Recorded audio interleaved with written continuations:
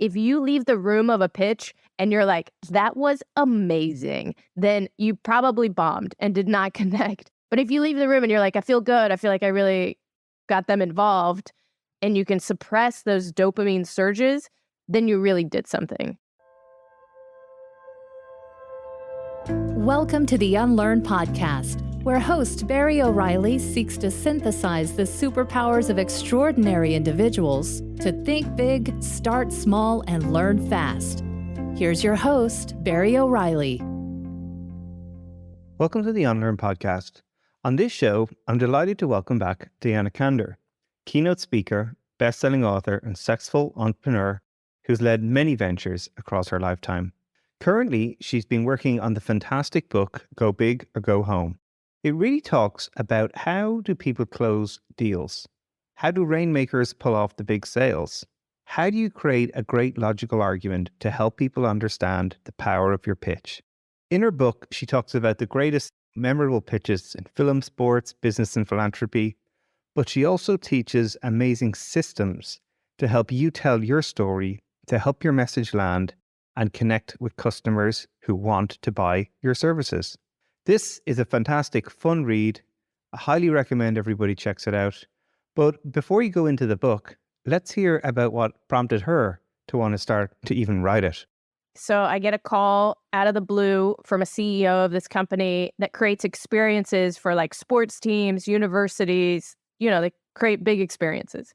And we had a mutual friend in common, and he said, I want to write a book about our company. And I was like, cool, good for you, buddy. I do not want to be a part of it. He was like, would you write it with me? And I was like, zero chance. And he said, well, that's cool. Would you at least come take a tour? And I was like, okay, I'm curious. I'm open to new experiences. So he's giving me the tour, and he shows me, he's like, well, that's the world's biggest 3D printer. And I was like, that's pretty cool. And he said, we used it to build the world's biggest 3D thing, which is the giant torch in the new Las Vegas Raiders stadium. It's like 3 stories tall. Yeah, all that 3D is pretty printed. cool. Yeah, and I was like, well, how did a company out of Kansas City get a project like that? And he goes, oh, we got this move that we do to get big deals. And our usual closing rate is like 45%. But when we do this move, we close 90%. And I was like, you close 90% of these really difficult to win deals. And he's like, yeah. Right. High value. I imagine that's a big expense as well, right? Yeah. And so I started interviewing some of his employees, some of their customers who have been on the receiving end. And up came this philosophy that has changed my entire perspective on pitching and sales. By the end of it, I was begging him to co-author this book with him. I was like, please, let me do this. So he used the move on me, to get me involved in the book. While it is a small departure from my curiosity and innovation work, this thing is so cool, and I just have to tell everybody I can about it. When I think about the work you do and you help people with is then their ability to communicate the idea, to get people excited, for it to land, for people to actually get the context in a short amount of time about why this thing is different. That is a core skill. I can see this a lot in our studio. Why do some teams get funded and why do some teams not? And the art of storytelling has a huge impact on it, especially in startups when in the beginning where you have absolutely nothing. You're rubbing 2 sticks together and you're trying to explain to people that it's going to turn into the Empire State Building eventually. So how do you get people on that journey? Obviously, the book is packed with so many tools and techniques, and I'm going to do a keynote literally straight after this talk, and I'm like stealing all of these tools to write the talk as well, which is fantastic. So tell us a little bit more then, right? You met this fantastic, interesting character. You met the company, you talked to the customers, you did lots of research. What were some of the things that started to strike you then? We know writing a book is a task. It's a really difficult, hard, and long process, right? It's not like something you do in a couple of days. For you to want to make that personal investment with someone you've sort of relatively just met to go on this journey with them, what were some of the things that really sort of got you excited as you started to dig into how this business was telling their story, if you will? I learned that there's a science to being memorable, Barry. In this day and age when our competition is so stiff, like I believe that everything does everything. Every TV does the same thing. Every phone does the same thing, and they're all awesome. it's so difficult for us to differentiate ourselves. So if we could be memorable, then we would make sure that our business is thriving and we work with those clients that we want to. Yeah, it's so true. Sometimes people show that picture of a remote control and look at all the buttons on it and all the features. What were some of the things you started to discover about being memorable? To understand being memorable, we have to first understand how forgetting works, Barry. The science says that an hour after your keynote today, they will have forgotten 50% of it. So sad. Wah, wah.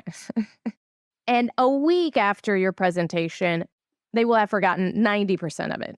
And you don't get to choose the 10% they remember. They're going to remember the headphones you wore, whatever. Yeah, it's the detail. Yeah, silly absolutely. things that you said. And there's a way for us to mess with this curve. There's a way for us to work it in our favor and get them to remember more. And the secret is to spike their emotional levels during the presentation to make them feel something. And when we feel, we remember. So for instance, you remember every single part of your wedding day or the day that your child was born. Like you remember every detail of that day, but the day a month prior, you know nothing about. And that's because our emotions are directly tied to our memories. So if we can create some kind of emotional spike, they will remember what we said better and be much more likely to act upon it.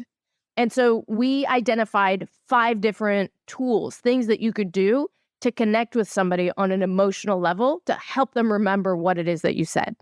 Yeah, no, it's great. So true about tying memory to emotion, whether it's a favorite song, whether it's when you hurt yourself, whatever it may be. That's a really interesting point. Trying to create emotion reactions in a talk, that's an art. Looking for all the people who are going to buy your book, they're going to learn it, which is great. I'm sitting here learning it. So take us through this idea of creating these sort of moments. I'm sure many people are listening thinking like great presentations they saw, great presenters, stand-up comics, another thing that you do as a hobby, which is awesome, by the way. But a lot of it is creating these moments and it's an art form. So tell us a little bit about, for somebody who's hearing this and they can recognize they've probably been on the receiving side of that, how can they actually create some of it?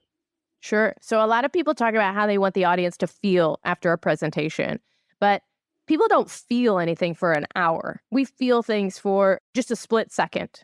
And so I really want you to think about your presentation and where in that presentation are going to be those moments that the feeling is going to happen.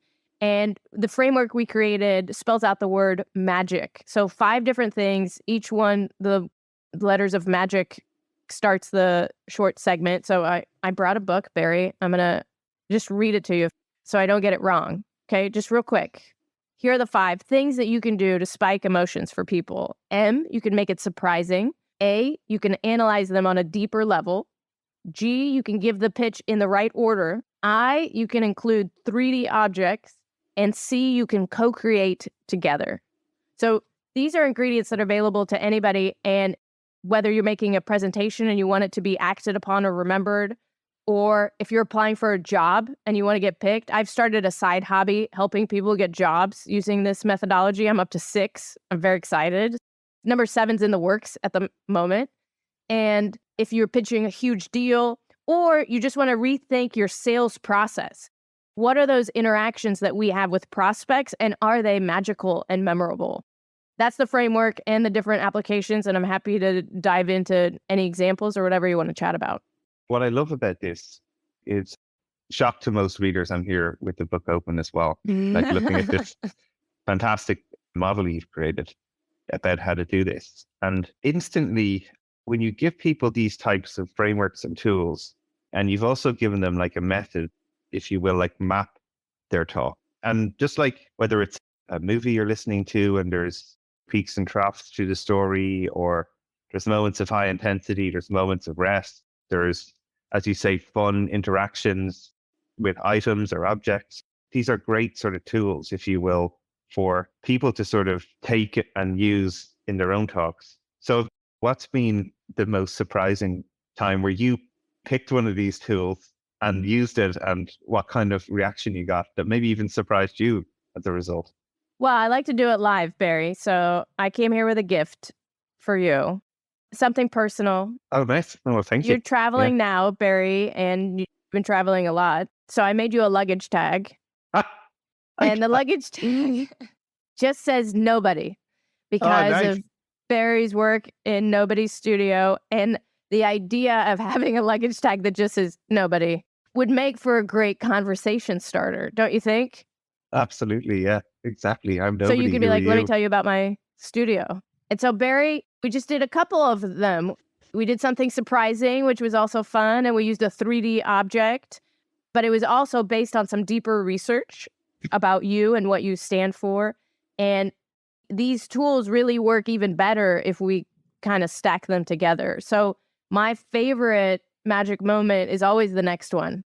I usually have something in my back pocket. Oh, totally. It seems like such a fun, and like I've seen you present, it's an experience, as you say, but it's great to think about how you're intentionally creating those experiences for people, managing the energy through the whole time that you spend with them, that it's fun, that it's engaging. That's one thing that struck me when I first saw you present. It was fun. I was active. I was engaged. It was playful. And I think that's one of these things that so much gets lost when we do innovation and people get up there and go case study. And this is what some unicorn company did. That's a anecdotal story that they went for a run, tripped over a stone and launched $1 billion company. And you could do that too if you just tripped over the right stone. I think these sort of examples where what you're talking about, that they're being very personalized, they're very specific to the people who are receiving the messages, but then they're taking the information and taking action as well. This is why the one that really resonated a lot with me was this notion of co-creator, because I think that's something that is so special when you get it right on a talk, where people often go in with the assumption that they're going to be, information's just going to come at them to be absorbed. And then when they go home, they'll take that information and do something with it. But as you already mentioned, people forget half of it, 99% of it, to be fair. But this co-creation act means that in essence, the people start to own the information that you've put out there, and they've internalized it and created something with it. So can you share a little bit more about this idea of how you create co-creation for Yeah. people in sessions? Because that's something I think that, for me anyway, really stood out as an interesting technique. Yeah, there's a great quote in the book from Oliver Stone that says, co-creation is an act of seduction. That's really how I think about it. If you go into a pitch and you're pitching an idea and it's fully baked, you just need to tell them your thing and then you're going to leave and they're going to be so impressed, then you likely will lose the deal. But if there are specific sections of the presentation that are their turn to add value, you'll get them. And so one of the best examples that is an innovation specific example from the book is Jim McKelvey, the founder of Square. Whenever he would go into a pitch, he had a slide that said 140 reasons why this wouldn't work. And so he laid out all the reasons. And now the investors are saying, no, well, we could help you fix this one. And they're arguing against him about why he's wrong for these reasons that it wouldn't work. So rather than being in an antagonistic relationship, which is how most pitch meetings go, now they're on the same side of the table. And somebody in the meeting, one of the meetings, is like, well, I'm on the board of Amazon, so I can make sure that Amazon doesn't compete with you. And it's these kinds of relationship building moments where they are saying to themselves why they want to be a part of this. And if you don't give them that opportunity, I think you're going to walk out of the room empty-handed. Such a great example. I love that. We actually had Jim on the show and he talked about it as well. Yeah, oh, really? So cool. Yeah. What did he say? Exactly what you said. He didn't frame it in the terms of co-creation, which is interesting as you're describing it there. It was this notion of getting people involved in the problem too, working together, similar flavor. But what I love about how you were describing it there, though, is in many ways, you have to take a risk. You have to take the risk of not being in control of the whole end to end. And I think sometimes when people present, pitch, whatever, they almost feel like they have to fill up the whole time exactly as they want it to be, as exactly as they want it to go. I've refined this pitch, this talk track, this whatever, like I've refined it and I just need to share it with people and then it'll all be fine. I've seen that never go well, actually. the person delivering it feels good because they're like, oh, I executed what I wanted to perfectly. But the audience are sitting there going like, oh, cool, that was a good backflip. And, in the book, we talk about the science of why that feels so good to you, that when you talk about yourself, it releases dopamine in your brain at the same tune as candy, sugar, or sex. So it's a really powerful drug to be able to talk about yourself. If you leave the room of a pitch and you're like, that was amazing, then you probably bombed and did not connect. But if you leave the room and you're like, I feel good, I feel like I really got them involved, and you can suppress those dopamine surges, then you really did something. Yeah, no, it's great. That's for me a little bit of, it's almost like improvisation or improv, where you've got to create space for magic to happen and trust that you can respond to the situation, or be okay that you actually don't even have the answer for everything that people come up. And in some respects, if the room, as you described, even with the example with Square, where other people are working the problem and presenting solutions back to you, so that Amazon board member go, no, I can solve that problem for you that you think you have, so that's not a problem anymore. That person's all in. They're in that business with you. They're in that message that you're sharing with you. They're co-creators. That's why I just really like the way you framed it there, because I think it's just a very, very different experience where people take part in an activity that they feel like they also shaped, that met the problems that they have, that are personalized, and then they've taken ownership and moved it forward. So it's a really interesting way, whether you're doing a talk or a pitch, if you will, because now you're working on their problem together. The people who are best at this, they have specific points in their presentation that are meant for co-creation. So they don't wait to be interrupted or for the other side to bounce in. They have specific moments chunked out, kind of like they have even a slide that's like, okay, it's your turn. I love this experience map, if you describe it. I know you probably have a specific term.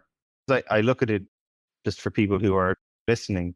There's a beginning, middle, and an end. I was surprised to talk. Okay, great. But there's this notion of the golden window at the beginning, the big finish at the end, and then all these magic moments that you sort of have talked about creating along the way. And you even have a visual where you're almost like plotting out an energy-gram about how you sort of want these ebbs and flows, if you will, of the story to go. There's a real science here about constructing what is also got serendipity and risk and co-creation opportunities, as you say, in it. So first of all, what's the golden window? And tell us a little bit about why that matters. Yeah. The golden window is the first 30 seconds of your presentation. And it doesn't matter whether you're giving a 5-minute business pitch or a 1-hour keynote. It's the first 30 seconds that the people watching are saying to themselves, do I know what this is? Have I seen something like this? And if they have, then their brain is like, cool, go into autopilot now.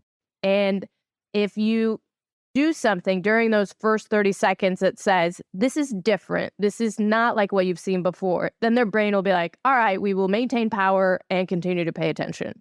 And so you have a very limited window of time in which to do that. So don't use your first 30 seconds to be like, I'm so happy to be here. This hotel is beautiful.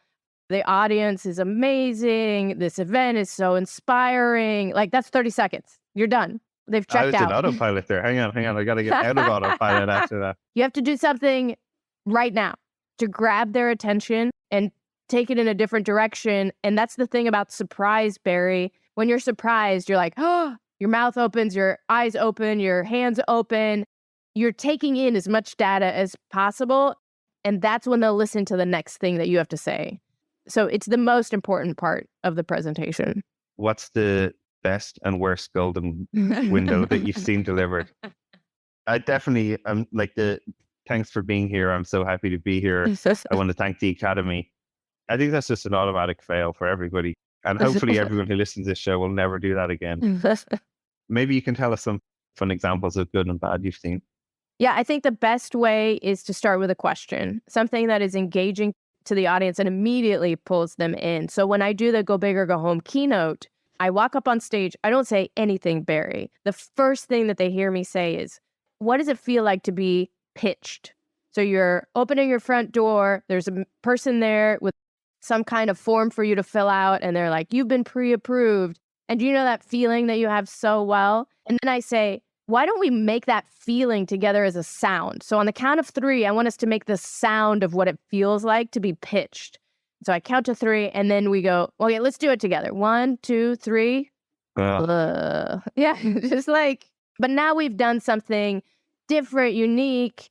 And then I say, that's how people sometimes feel when we're telling them our ideas. And we don't want that.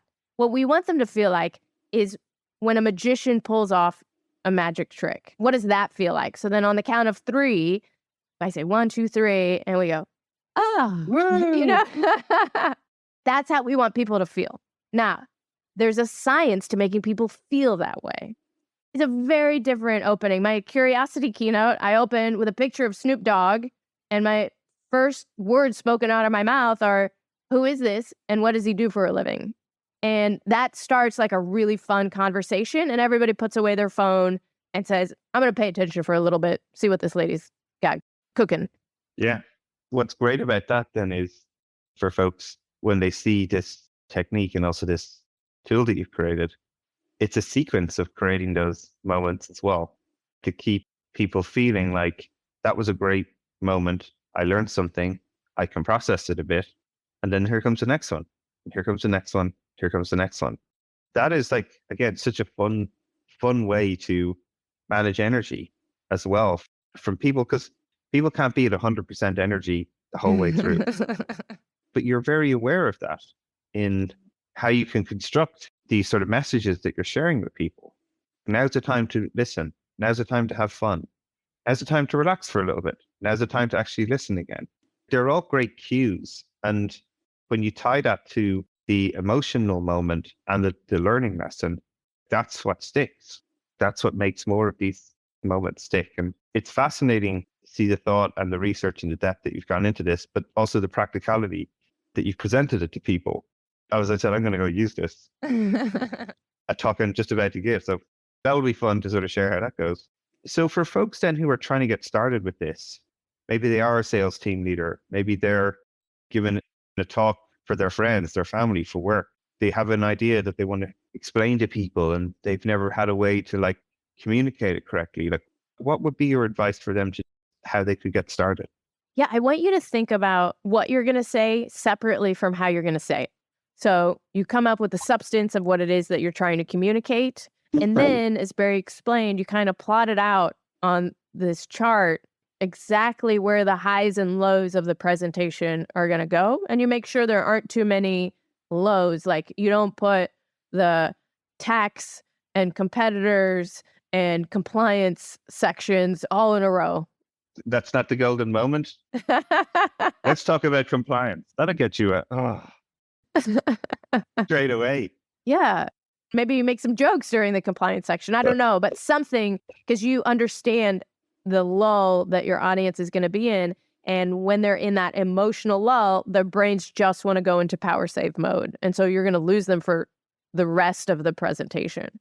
I want people to think about how they're going to deliver. And again, think about how they make people feel in moments as opposed to the talk as a whole. So what are those moments? And I think the book outlines a really easy to follow protocol of when you need a moment to make somebody feel special, do one of these 5 things. Yeah, no, it's awesome. One of the things to really underline with is, when you can communicate ideas concisely, that's the dream, right? I didn't have time to write you a short letter, so I wrote you a long one. This is very focused, very specific, packed with really actionable things.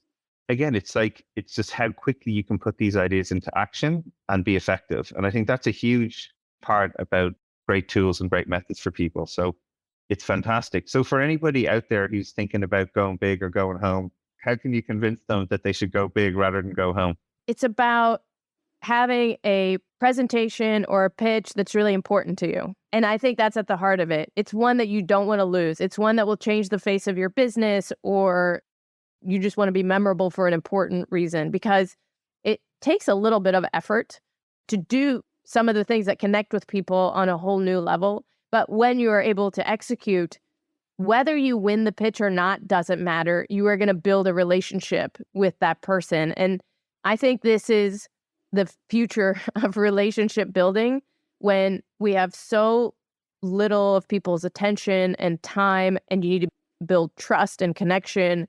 This is an incredible way to get past all the roadblocks that people try to set for themselves. Yeah, no, it's awesome. Well, look, it's always great to have you on. It's a super book. I highly recommend people check it out. Thank you for drinking a cup with Unlearn written on it. Look at this, unbelievable. I should just hire you for promos. Thank you for all these gifts that you brought to this fantastic show. I just want to end on a surprising note. Barry, I made my own Unlearn swag. You actually made a cup. You with the have new swag logo. that I don't have. With the new logo. Thank you. That I don't even have.